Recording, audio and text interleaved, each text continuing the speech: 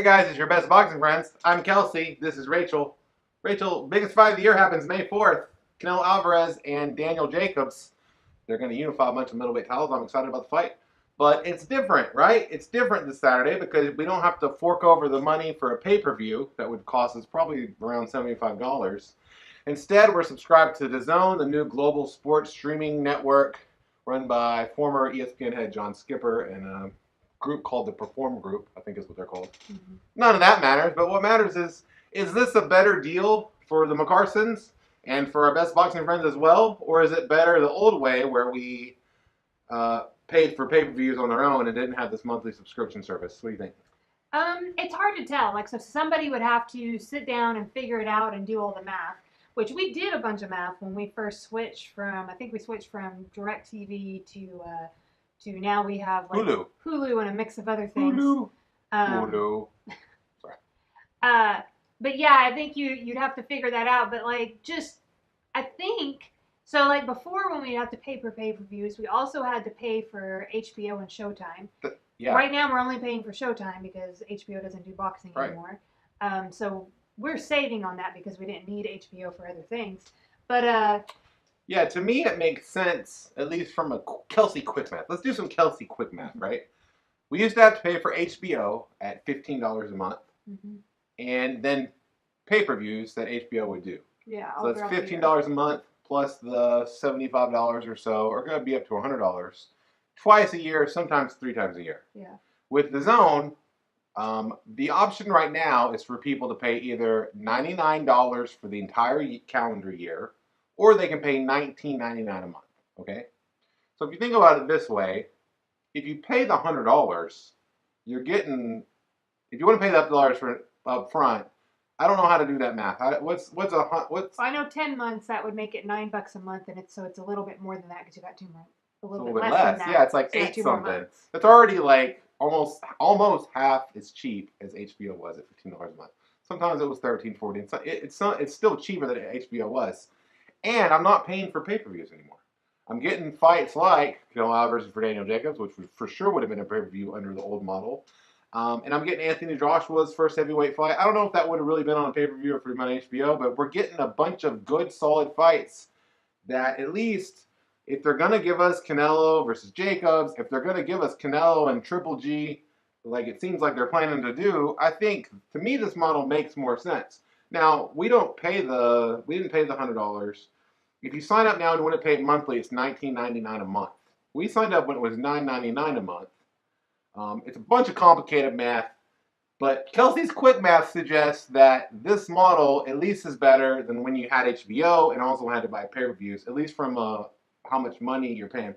Also, keep in mind that when we only subscribed to HBO for the boxing, really. We didn't really watch any of the other shows. So there was like some exceptions, like we liked Veep, I think, stuff like that. But listen, we canceled it when boxing was gone. With DAZN, I'm getting, I don't know, like 10 times more boxing than I was on HBO, because HBO couldn't compete with something like DAZN, who is primarily a global sports streaming network for fight sports. They have boxing, they have other kinds of fights, they have Bellator stuff on there. So I think, to me, like, it's a better deal, at least right now. Yeah, and so that's the concern is when they change the pricing structure, that sometimes that tells you something is amiss. Yeah. And so then my concern would be, well, is this pricing structure going to change? Like, is there going to start to be a premium for certain fights? Right. Like Canelo-Jacobs, like, a year from now, is that fight going to cost us like $15?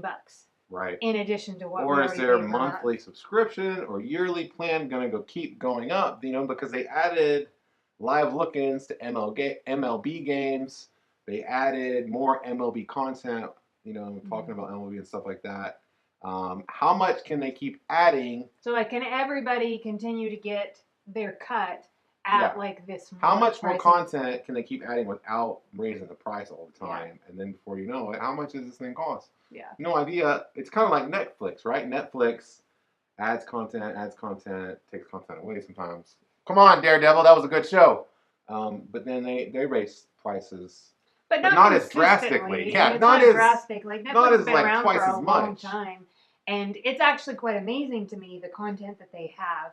and keeping their price structure the same, especially since I think whoever has Netflix already has it. I don't know how many new subscriptions Netflix is getting. So like they're making, I'm assuming, are making do with like a consistent revenue stream that's coming in. Yeah, it's just certainly an interesting time. That doesn't mean that I don't like the other models, like the PBC model where they're putting fights on. They're still doing Showtime, so it's just the old model basically. Yeah. Or ESPN and ESPN Plus. I will say that for my personal preference, as far as the most even comparison is ESPN and ESPN Plus or DAZN, and I think DAZN is much better. I think DAZN is much better because you're not like, I don't understand Top Rank and ESPN putting, oh, well, the fights are on this channel, and then you got to switch over to the streaming thing. I think it's weird. Yeah. And more importantly, the technology that the apps run on, finding a fight on DAZN and going to a part of that video is incredibly easy, and the user interface is great. ESPN Plus, on the other hand, is a complete nightmare and a train wreck.